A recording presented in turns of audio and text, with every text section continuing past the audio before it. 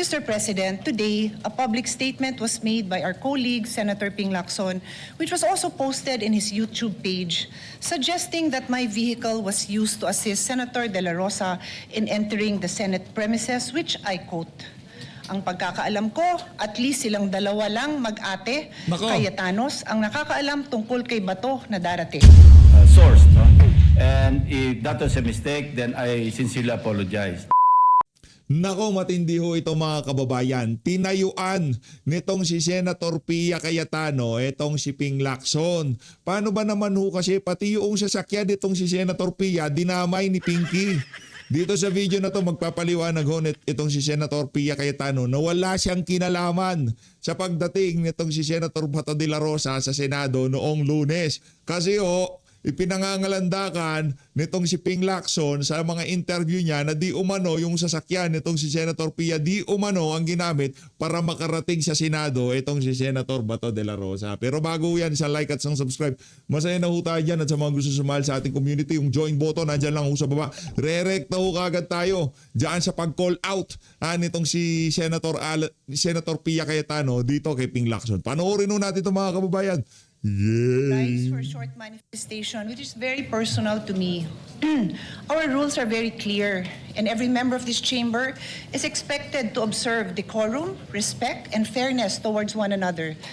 This is the foundation of parliamentary democracy and collegiality in this institution. And this is what the public deserves, for us to act with respect towards one another.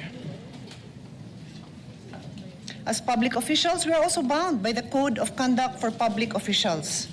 And our civil code also requires that everyone acts with justice, gives everyone his due, and observe honesty and good faith.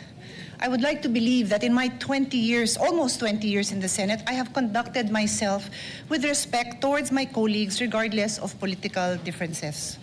Mr. President, today, a public statement was made by our colleague, Senator Ping Lacson, which was also posted in his YouTube page, suggesting that my vehicle was used to assist Senator De La Rosa in entering the Senate premises, which I quote, "Ang pagkakaalam ko, at least silang dalawa lang mag-ate, Nako. Cayetanos, ang nakakaalam tungkol kay Bato na darating." Dahil ang pagkakaalam ko, nakasakay si Bato sa kotse ni Senator Pia. Before I proceed, welcome, Senator Bato. I am Nako. happy na nakapasok ka. Wala akong problema na nakarating ka. I did not use your gun. But Mr. President, I go back. Ito naman kasi si Ping Lacson eh. Masyadong intrigero eh. Yan, ano na yan? Ano na talaga ni Ping Lacson yan? Kumbaga, nature niya na yan. Mahilig mga intriga, no? Sinabi man niya na sa pagkakaalam niya, ang katanungan ko po, Mr. President, nag-abala ba kayo mag-double check? Bago niyo yan sinabi sa public. Because despite that qualification, the statement was publicly conveyed in a manner that created the impression that I was directly involved in facilitating Senator De La Rosa's entry into the Senate premises. Yan. Again, okay lang Epal-epal po sa kasi akin eh. na nakarating siya dito. Wala ho akong problema doon. Oh. Let me state this clearly and unequivocally. That statement is false. Senator De La Rosa did not ride in my vehicle, nor did I have anything to do with facilitating his presence in the Senate last Monday. Ni hindi ko nga alam na darating siya. Nako po. Nalaman ko lang na darating siya dahil ang minority floor leader na kapatid ko tumayo dyan, and he addressed the Senate President and nagpasalamat siya sa public service ng Senate President, Senator Tito Soto, which I also believe is well-deserved. Sinabi niya na maganda ang pakitungaan sa kanya ni Senate President Tito Soto. And then sinabi niya na we have the numbers and Senator Bato is present. Nagulat din ako. Katabi ko si Lawrence, ako, nagulat ako, wala akong idea. Hindi ko alam. Kasi kahit wala si Senator Bato, kumpleto na ho talaga sila. Talagang magkakapalitan na. Kasalanan niya ni Ralph Recto. Si Recto ang may kasalanan kung bakit nagkaroon ng leadership change sa Senado. Hindi yung kung sino-sino pinagbibigtangan natin dyan. Si Recto ho talaga ang may kasalanan. Alam kung nasan siya, hindi ko alam na malapit na siya. I have no idea kung nasan siya. So kung paano nadamay ang kotse ko is a mystery to me, dear colleagues, and the public. In fact, Senator Kiko, can attest, you saw me downstairs sa basement dahil pareho kami dyan madalas dumaan at sabi niya pa sa akin, oh, dito kayo nagdidiskusyon ng staff mo. Hindi na dun sa hagdanan dahil ilang beses ko na siya naharangan sa hagdanan, sa hallway na napakakitid, na nagdidiskusyon with my staff. Sabi ko, oo nga, ang haba ng mga diskusyon namin. Siguro naman kung dala ko si Senator Bato, medyo kinakabakabahan ako na makita ko dun ni Senator Kiko, di ba? So, it is a mystery to me. Paano ako nadamay at yung sasakyan ko? If the gentleman wanted to know paano nakarating si Senator Kiko, then why not ask him? Sorry, Senator Bato, kung paano nakarating si Senator Bato, then ask him. Or ask the now Senate President, who was the one who said that nandyan na siya. Wala ko talaga akong alam. So, Mr. President, a false public imputation, whenever made, is exactly what the above-mentioned rules were designated to prevent. Unverified allegations about a Nako. colleague falls below the standard of professionalism that is demanded of public officials. Hindi naman professional yan si Tutaso, yung si Ping Lacson Buitago eh. Ano yan? Base kay Senator Dante Marcoleta, di umano, isa siya sa mga direktang nakinabang. Nako po, yari ka dyan, Ping. Lumalaki ang kasalanan mo. Hindi na lang ngayon. Doon sa pag-hostage sa hearing ng Blue Ribbon, pati yung mga kasamahan mo na dati hindi ka naman pinapansin, inaano mo na, di ba? Binabanatan mo na. Yari ka talaga dito, Ping Lacson. Anak ng toka, yari ka dito. Magulo na nga ang mundo, magulo na ang Pilipinas, huwag na nating dagdagan. Don't say things about your colleagues that are not true. Nako. I trust that under the leadership of my brother, Alan Peter Cayetano, whom I know, not just as a public servant, but as my younger brother, this chamber will conduct itself with sobriety, fairness, and respect for the truth and respect for one another. Yan. Importante yan. Mr. Senate President, I will keep this manifestation short. Napakarami pa akong trabaho. Mag-aaral pa ako para sa hearing ko on the rising prices of electricity. Mag-aaral pa ako to support our colleagues who will be the next chairperson of the Committee on Health, the Committee on Energy, at napakarami pa ho nating trabaho kailangan gawin. So I leave that as it is, and I hope that this will not be repeated again. Thank you.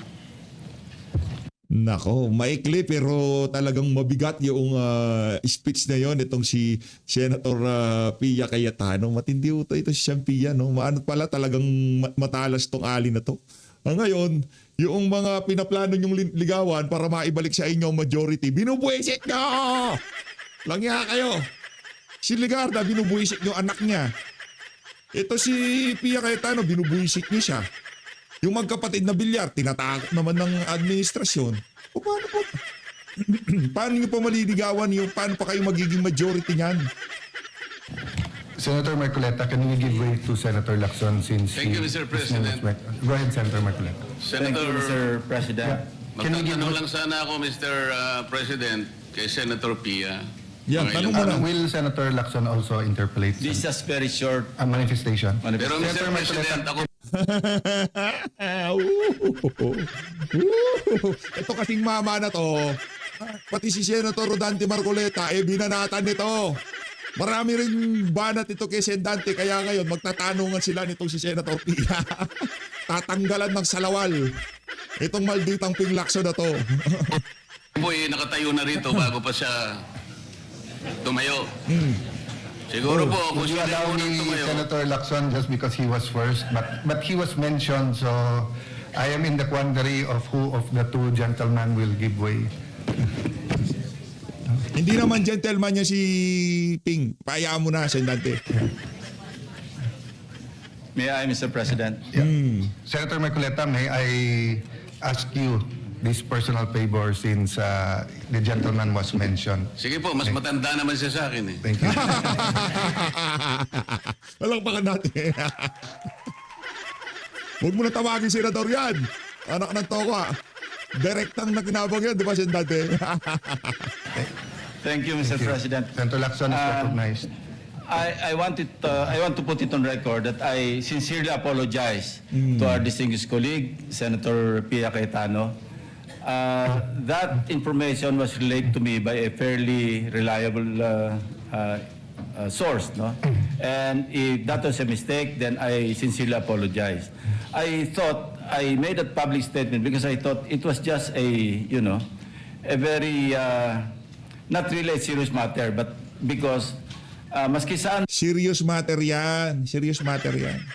sumakay si Senator Bato, as everybody would agree, it is of no moment. Ano? Sa amin siguro, kung malaman namin kay Senator Ligardo pa nakasakay, baka doon pa kami magkaroon ng issue.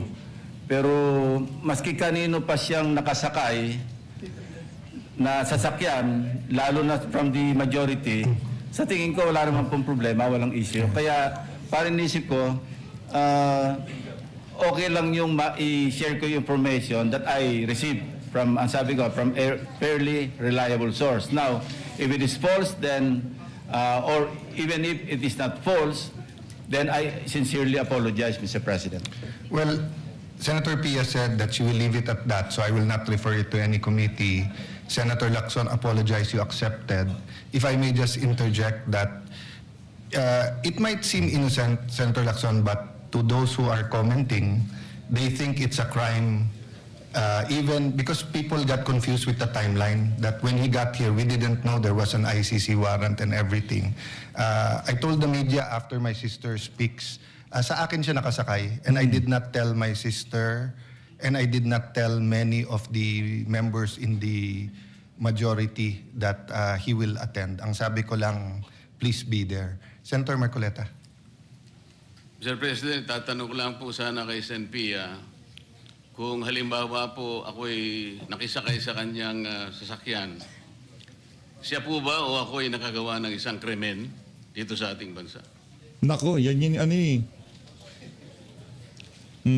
Yan yung mga tanong. Sa akin lang po, kung kahit sino sa mga kasamahan natin dito na they need a ride, na nangyari na yon. Minsan may event tayo, sumasakay ako sa kotse ni Senator Mig Subiri, nakasakay na rin ako sa kotse ni Senator Loren, nakasakay na rin ako sa kotse ni Senator Angara. Hindi kasi binibig deal ni Ping. Diba? Yung bida-bida eh, sa mga interview niya. Kailan tayo maghihiring sa Blue Ribbon? Yun ang hinihintay ko eh. Pambiran yan. Lauulan ata. Sana umulan. Sana umulan. Ang init. Asa ka ma-PH? Di mainit. Sino pa sa inyo hindi nagbibigay sa akin ng ride? I would be happy to give a colleague a ride.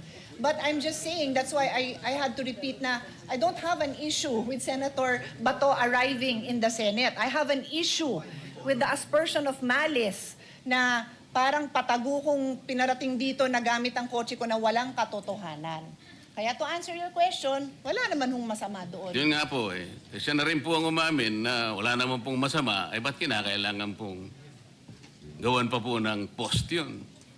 Pangalawa pong tanong, Mr. President, Senator Pia, kung halimbawa po ginawa ko yun, nakisakay ako sa inyo, dahil meron lang akong gustong pagtaguan.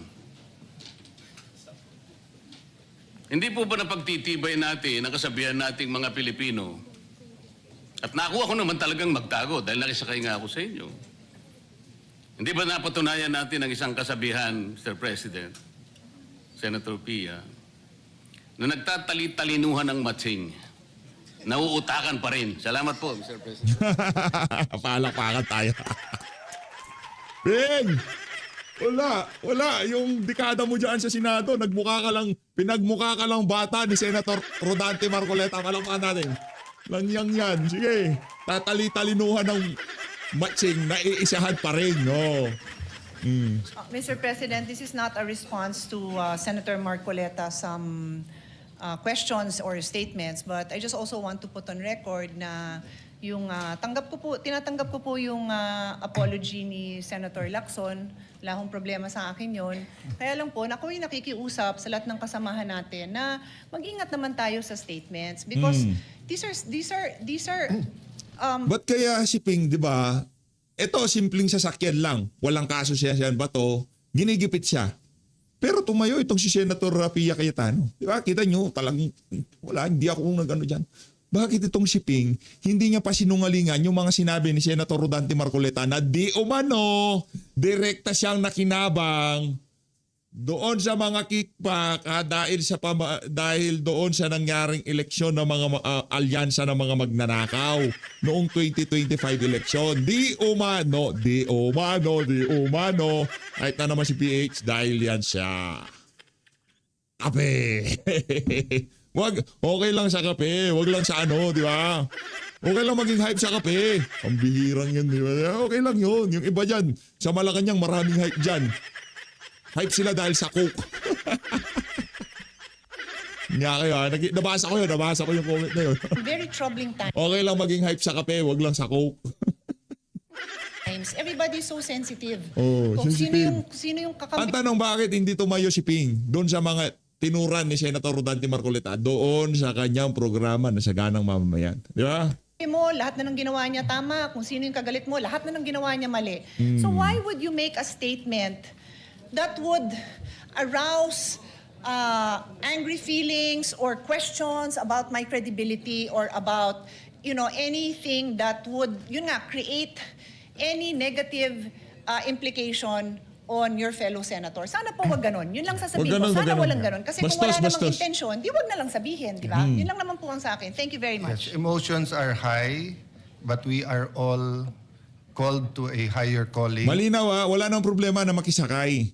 Walang problema na isakay si Sen Bato o kahit si sinungkuling nila dyan. Ang problema, yung magpalaganap ng fake news kagaya ng ginagawa ni Ping Lacson. We all have sentiments. I don't think it will be stopped. It will come out in the next few weeks depending on the issue. Having said that, as Senator Pangilinan said yesterday, maraming issue kailangan tumutok. For the record, sa kotse ko sumakay si Senator Bato, as he said. When I talked to him and said, how can I go in the Senate? I was aghast. Senador ka bakit problemang pumasok ka? But naisip ko yung commercial ni Amang Parika, yung sabi, sumakay ka pa. Sumakay Kaya ka sabi pa. ko, sa akin ka na sumakay.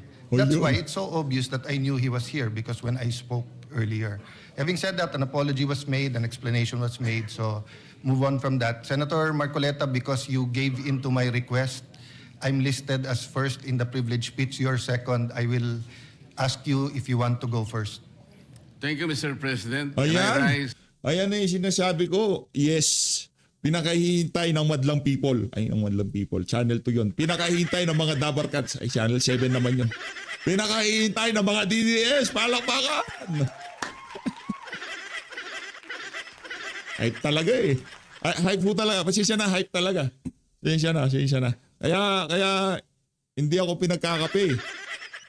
Dahil pagka pinagkape ako, nakananto ka, pambihira. Magkakandaloko-loko tayo dito.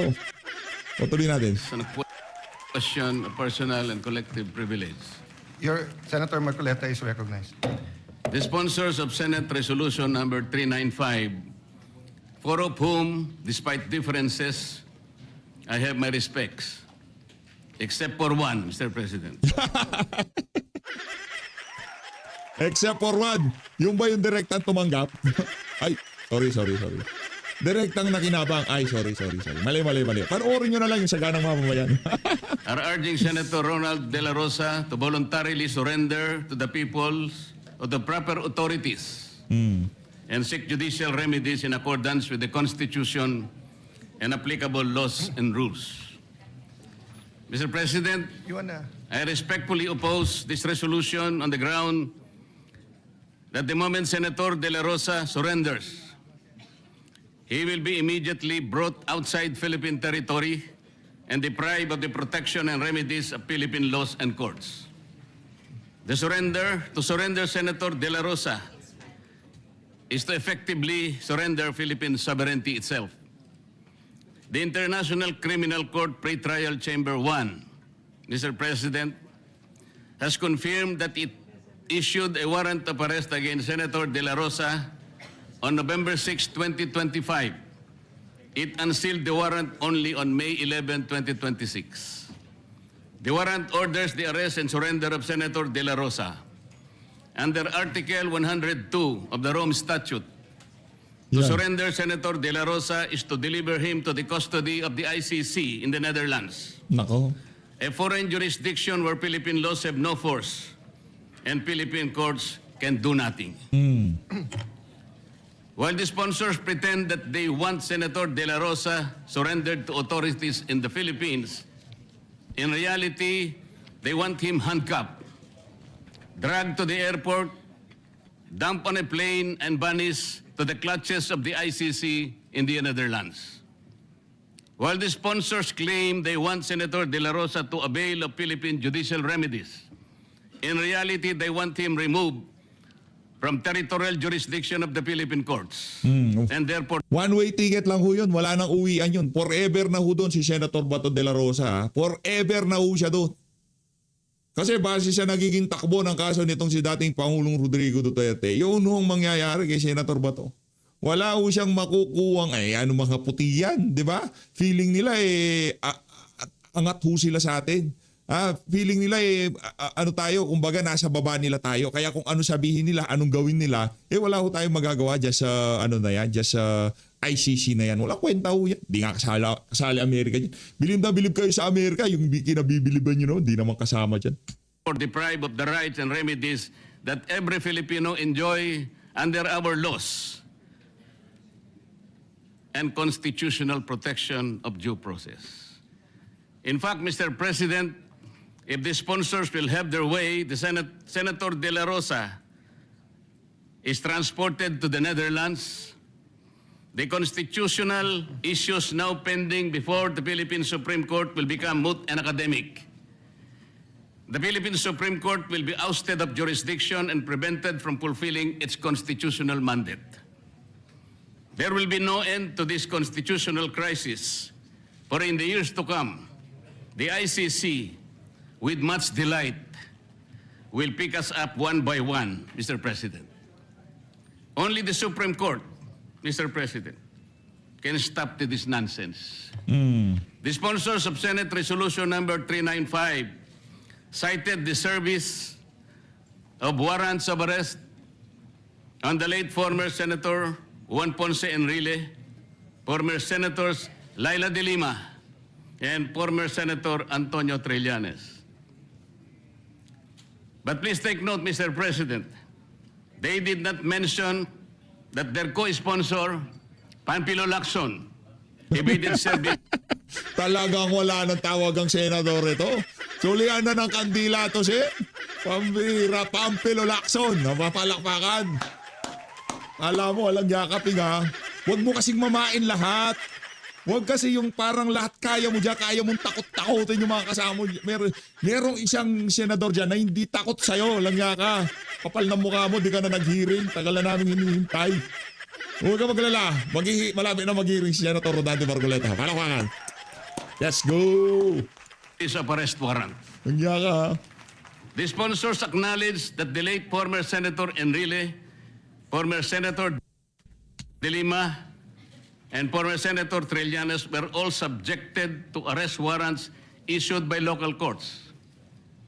For the record, Mr. President, all of them have exercised their rights under Philippine laws and availed of Philippine judicial remedies. Yet the sponsors are blind to the peculiar situation of Senator De La Rosa. Unlike the late Senator Enrile et al., who face arrest warrants issued by Philippine courts, Senator De La Rosa is facing an arrest warrant issued by the ICC, a foreign court which jurisdiction the Philippines does not recognize anymore. Moreover, unlike the former Senator Enrile et al., who availed of the rights and remedies of Philippine laws and courts, Senator De La Rosa will be deprived of all this, as he will be banished to foreign land on the other side of the planet, beyond the reach of Philippine laws, and forever detached from his family and constituents. Therefore, if the sponsors are sincere in their desire that Senator De La Rosa be accorded the same rights and remedies as those enjoyed by Senator Enrile et al., they should not allow his surrender to the ICC. Yan. They should instead withdraw Resolution number 395. The sponsors recognize that under Republic Act 9851, it is the regional trial court that has exclusive original jurisdiction over offenses constituting crimes against humanity. Yan. This statement of the sponsors reinforces the position of the majority that the ICC warrant of arrest should not be implemented against Senator De La Rosa, and he must remain under the Senate custodial protection under the ICC arrest until the ICC arrest is quashed by Philippine court. First, Section 18 of RA 9851 provides that it is the Philippine Regional Trial Court that has exclusive original jurisdiction over crimes against humanity. Section 17 allows the transfer of jurisdiction to a foreign court only by way of extradition and provided by the Philippine court, provided the Philippine court is unable to try and decide the case. Therefore, RA 9851 itself bars the ICC from taking jurisdiction, the acts attributed to Senator De La Rosa. Kagaya po ng nasabi ko na kahapon, Mr. President, wala po tayong extradition treaty sa ICC. At wala na po tayong membership sa Rome Statute sapagkat nag-withdraw na po tayo. Sa makatid, wala na pong treaty. Yun po ay nakasaad sa Article 17 ng 9851. Second, at the United Nations, the Philippine government, through the permanent representative, pronounced that the state policy under RA 9851, Philippine courts have the exclusive jurisdiction over crimes against humanity. It also declared that Philippine courts have the competence and capacity to try and decide these cases. Kung ganun po pala, this is the national policy already articulated even before the halls of the United Nations. Bakit pinipilit pa natin na iserve ang isang warrant of arrest na hindi na natin kinikilala ang jurisdiction ng lintig na ICC na yan? Hence, the Philippine state policy is to assert and exercise local jurisdiction rather than recognize foreign jurisdiction such as that of the ICC. Third, the Philippine government has assumed and exercised local jurisdiction under RA 9851 over the crimes arising from extrajudicial killings allegedly committed by Senator De La Rosa. Philippine local jurisdiction already set in when Senator De La Rosa was served a subpoena by the CIDG in connection with its investigation of said extrajudicial killings. Senator De La Rosa has stated that he is ready to respond to the subpoena.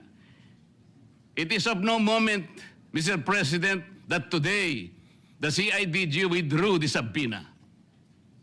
It is a legal ruse. It's a legal ledger domain. Ang akala nila kung withdraw nila yung subpoena, wini-withdraw na yung case. No, Mr. President, the case is kicking and alive. It triggered already the jurisdiction of our National Prosecution Service and eventually the courts of this country. The crimes under investigation by the CIDG are the same crimes for which the ICC has issued a warrant, Mr. President. Under the principle of complementarity, said ICC Magaling yan. arrest warrants can no longer be enforced Idol. because there is now a genuine domestic investigation and prosecution currently taking place in this country.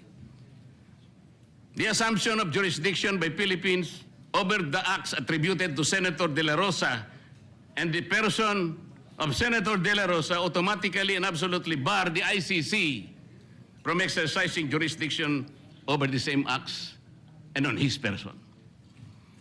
These circumstances, and by reason of the principle of complementarity and the Rome Statute, strip the ICC, Mr. President, of its jurisdiction.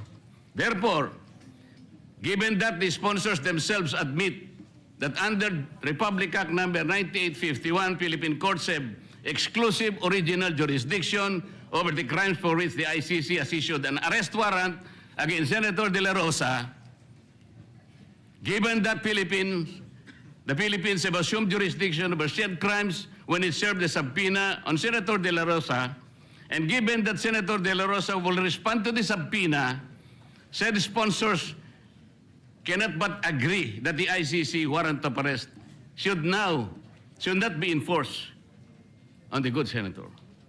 It should be borne in mind, Mr. President, that the protective custody granted to Senator De La Rosa is for the sole purpose of ensuring the following. First, that only Philippine warrant of arrest, not an ICC warrant of arrest, will be enforced against him.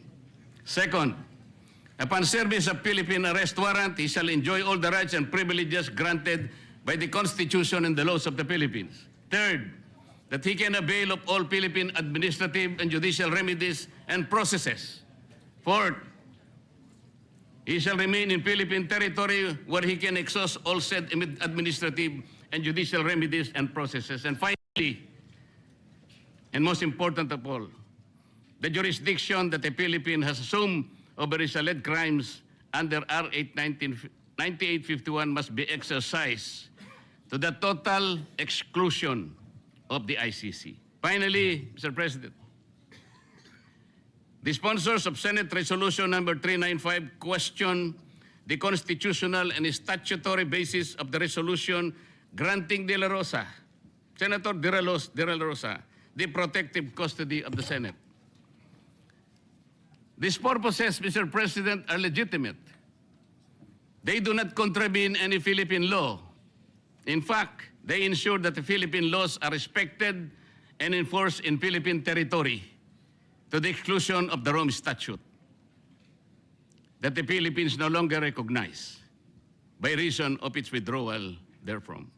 The protective custody granted to Senator De La Rosa addresses not only an extraordinary threat to his liberty, but also an existential threat to the integrity of the Philippine Senate, and by extension, a grave peril to the independence of the Republic itself from foreign interference. It is a threat emanating from a source that the Philippine Constitution laws did not anticipate. A foreign entity, Mr. President, the ICC, which jurisdiction is not only questionable but also lost due to the Philippines' withdrawal from the Rome Statute. The protective custody addresses a threat whose profound ramifications include regime change and outright interference in the sovereign affairs of the Philippines. To give inroads to the ICC is to enable it to structurally alter the Philippine Senate and disenfranchise Filipino voters for the arrested senator will be rendered futile, whose votes for the arrested senator will be rendered futile and meaningless. The ICC will transform Philippine agencies as its own puppet and tools and hold hostage Philippine officials, civilian and military, against whom it can initiate prosecution anytime and in perpetuity. The Senate's custodial protection is born out of self-preservation, which is the first law of nature for both men and institution, Mr. President. The Philippine Senate has granted custodial protection to witnesses in order to ensure the continuity and integrity of its legislative hearings. It is with more reason that it can and should grant custodial protection to its members to enable them to discharge their mandate unmolested by a foreign entity like the ICC and its local tentacles and subalterns. The Philippine Senate and its members enjoy privileges and immunities under the Constitution and laws so that they may discharge their functions effectively, efficiently. Specific privileges and immunities were designed to address the usual disruption to these functions. However, they did not anticipate disruptions from a foreign source. Thus, a purposive interpretation of the Constitution and laws is necessary in order for the Philippine Senate to meet new forms and sources of challenges. For this reason, Mr. President, it adopted Resolution number 44 and implemented the same with respect to Senator De La Rosa. The Philippine Supreme Court did not also see it coming. It has to do its job and rise to the occasion, Mr. President. In the end, the dignity and integrity of the person of Senator De La Rosa, as well as of any member of the Senate, including the sponsors, represent the dignity and integrity of the institution of the Philippine Senate vis-a-vis foreign interference. Resolution number 395 will weaken its dignity and in the process destroy its integrity as an institution that stands as the last bastion of democracy. Dapat lamang na ibasura ang Resolution number 395. Maraming salamat po, Ginoong Pangulo. former Senate President, Minority Leader Senator Soto is recognized. Thank you. Mr. President, parliamentary inquiry. I definitely don't mind after Senator Pia Cayetano took the floor because of the allegation that was brought out in media about her. So I definitely support that. But I wonder what happened to our agenda because after the roll call and after Senator Pia Cayetano, Yan na naman. Yan na naman. Yung proseso eh. Ayaw nyo nga mag-imbestiga. Isip na to. Galing sa ganyan eh, no? Yung, base sa agenda. Hayaan mo si Sen Marcoleta. I was expecting the reading of the journal be approved and in the reference of business before the privilege speeches. So may I know from the majority To answer leader? the Minority Leader, it's not a privilege speech. He rose on a Yeah, I know. matter of Yes, collective and personal privilege, which can be done anytime. Yes, and which has I mean priority. Senator Pia Cayetano, there's no Yes. problem with that. What I'm saying is that Senator Marcoleta, I I told see. him he can go ahead of me sa privilege speech, but he chose to rise on a matter of personal and collective privilege Alright, instead so- of a privilege speech. Yun That's my naman pala eh. understanding. Hindi kagaya nung ikaw, Tuta, yung privilege speech, lalo na kay Sen Dante, pinakahuli. Ngayon, pinakauna na, okay? All right, so my question actually is for the majority leader, but if that is the answer of the, That's my understanding, Majority Leader. Am I correct? then we will do away with the agenda if that is the case. Go ahead.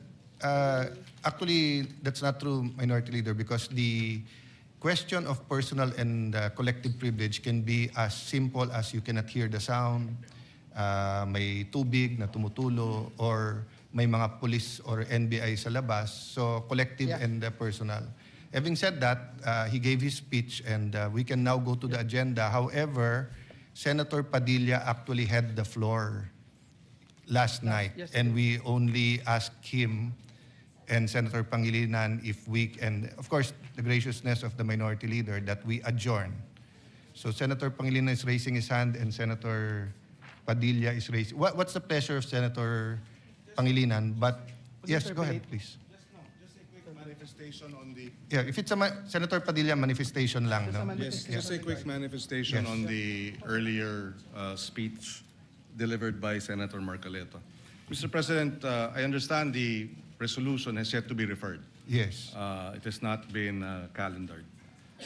And we believe, after consulting with the authors as well as our minority leader, with due respect, we disagree with a number of the points and arguments raised by Senator Marcoleta, but that we prefer Trabaho naman yun eh. Trabaho naman nilang kumontra. Walang problema. that the resolution be referred to the Committee on Rules, wherein we can discuss and perhaps hear it, Mr. President. You're correct. We will follow the procedure. My Thank you. understanding is his rising on a question of personal privilege is why he took offense with the resolution. And we share. Yeah, and not the merits or Yes. whether or not we're going to pass it or not or put it on the floor. Yes, and we're just sharing the sentiment Yes. of the authors that That's while in we order. object and do not agree with a number of the arguments raised by Senator Marcoleta, we would rather that the same be referred to the Committee on Rules where we can ventilate the issue further. Your manifestation is in you, order Mr. President. and at the proper time because it's not in our calendar of business.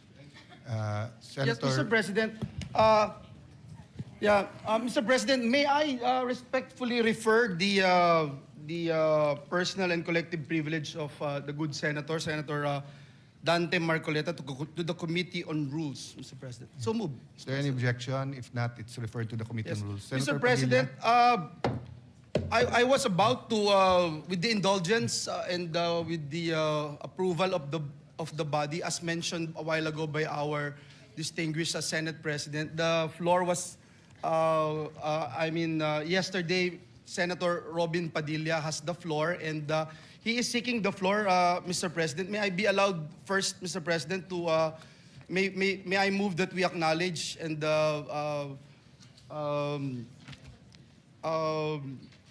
recognize the good gentleman, Senator Robin Hood Padilla.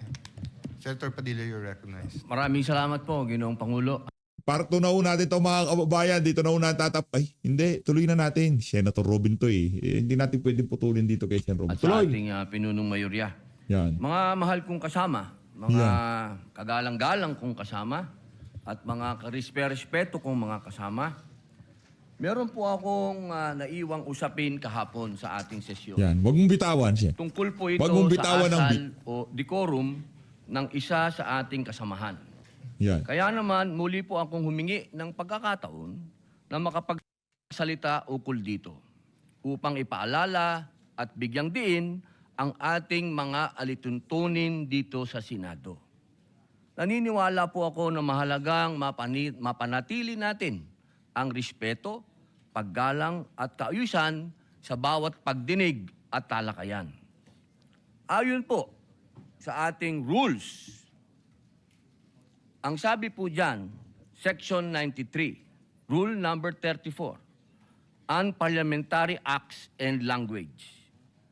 Ang sabi po dyan, acts and language which offend a senator or any public institution shall be deemed unparliamentary.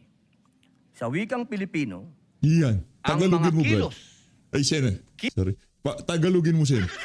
kilos at pananalitang nakakasama ng loob sa isang senador o alinmang pampublikong institusyon ay itinuturing na hindi naaayon sa kagandahang asal ng parlamentaryo.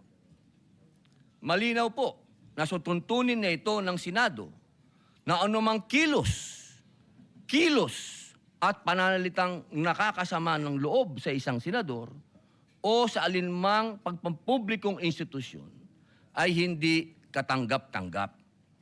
Bilang sanggunian, ipapakita ko po sa inyo ang isang video ni Senador Kiko Pangilinan Yan. kung saan makikita ang isang mainit na palitan sa pagitan niya at ng isa pang nating senador at ngayon ay Senate President bilang halimbawa ng kontekstong aking tinutukoy.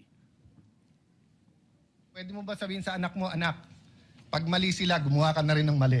Anak, okay lang mangbastos kasi mas bastos sila eh. Anak, okay lang magbully kasi mas bully sila. Ako, hindi ko sasabihin yon. Ako, sasabihin ko, At di yun ang sinasabi. hindi, yun ang sinasabi mo, Mr. President, and I'm No, not yet Mr. finished. President. Of Kasi course you said, tama We si beg to Tariela. disagree, Mr. Mr. President, I'm not yet finished. No? Well, we beg to So, disagree. Mr. President, this is the question.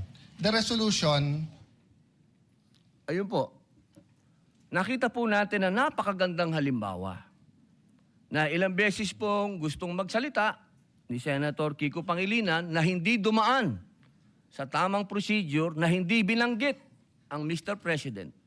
Pumapasok po siya sa usapan, ngunit naging magalang ang Senator Alan Peter Cayetano sa mabuting pananalita. Sinabi po niyang, I'm not finished. Kahapon po, nakita po natin ang pangbubulyaw ng ating kasama. Ang sabi po nila, tayo daw po ay balat sibuyas. Yan. Hindi po yan pagiging balat sibuyas. Ito po ay nasa rules of the Senate. At ang sabi din po ng ating dating Senate President, na ito daw po ay nangyayari talaga. Nagsisigawan. Mga mahal kong kasama, kung ikaw ay nagsasabi ng iyong talumpati at ikaw ay passionate, okay lang yun. Pero para sigawan mo ang kasama mo, nasaan ang rules of the Senate? Si Ginoong Kiko Pangilinan ng ating senador ay ilang beses na pong senador. Ako po ay neophyte kung tawagin. Napakainam po sana kung pakitaan niya ako ng magandang asal at ipakita sa akin na ganito, iho, ang pagsasabi ng I'm not finished. Hindi yung I have the floor with the burning eyes and the very high voice. Yan. Ladies and gentlemen, on record po ito. Nangyari po ito on record sa Senado. humihingi po siya ng pag-abot ng kamay sa akin, hindi na on record. Paano ko po tatanggapin ang kamay niya? Ginawa niya yan on record. Kaya sana po, hinihingi po natin bilang pakikisa sa aking dasal na siya ay, kung siya talaga ay nais niyang mag-abot ng kamay, on record. Sabihin niya mismo sa plenaryo na siya ay nagkamali. Katulad po ng ginawa ni Senator Lacson na tumayo kanina at nagsabing siya ay nagkamali. Hindi po ito usapin ng lalabas tayo sa media at sasabihin mong balat sibuyas ako. Di tapon na natin itong rules of the Senate. Tapon na natin to. Di pa natin pala susundin eh. Mga mahal kong kasama, ang sinasabi ko dito, tanggalin natin yan sa record dahil ayokong mababasa yan ng aking mga anak at apo na ang isang Muslim senator ay sinisigaw-sigawan dito sa plenaryo. Yun lamang po. Maraming salamat po sa binigay niyong pagkakataon. Thank you very much, Senator Robin Padilla. We recognize once again, Senator Kiko Pangilinan. Magpapasorry na ba si Kiko? Magpapasorry na ba? Thank you, Sorry ka na, Mr. Kicks. President. Grabe naman yan. Kicks? Mr. President, ang suggestion ko ay dahil napanood ko kagabi sa balita na nais pong magsampa ng ethics case laban sa atin na si Senator Robin Padilla. So ang suggestion ko, isampa na yung ethics case at doon na po sa ethics committee natin pag-usapan ito dahil marami pang ibang mga mas importanteng bagay sa aking paniwala ang dapat natin talakayin. Maraming salamat po. For the record, Mr. President. So yung kabastusan na ginawa mo at kailangan mo manghingi ng paumanhin, hindi mo talaga gagawin. Oops talaga no? Thank you very much, Senator Pangilinan. We recognize Senator Padilla once again. Wala na po siguro mas importante kung rules of the Senate ang pinag-uusapan natin. So, ang ibig pong sabihin ba niyan na hindi kayang mahumingi ng paumanhin ng isang veteran senator? Para sa kanyang pagtaas ng boses? Yun po ba? Nakikita ko po ang matamis ng ngiti ni Senator Kiko Pangilinan. Napakahirap po bang sabihin nun? At kailangan pa natin umabot sa ethics? May I suspend session first? Ayun na nga mga kababayan, ano ho yan pangingin lang naman ng paumanhin, kaya yung mangingin ng paumanhin. Ayun na nga mga kababayan, meron developing story susunod ho natin yun. As always, maraming salamat sa pagsupport sa PH Update. Mag-ingat ho kayong lahat, mahal natin Pilipinas. Naku, ano kaya ito?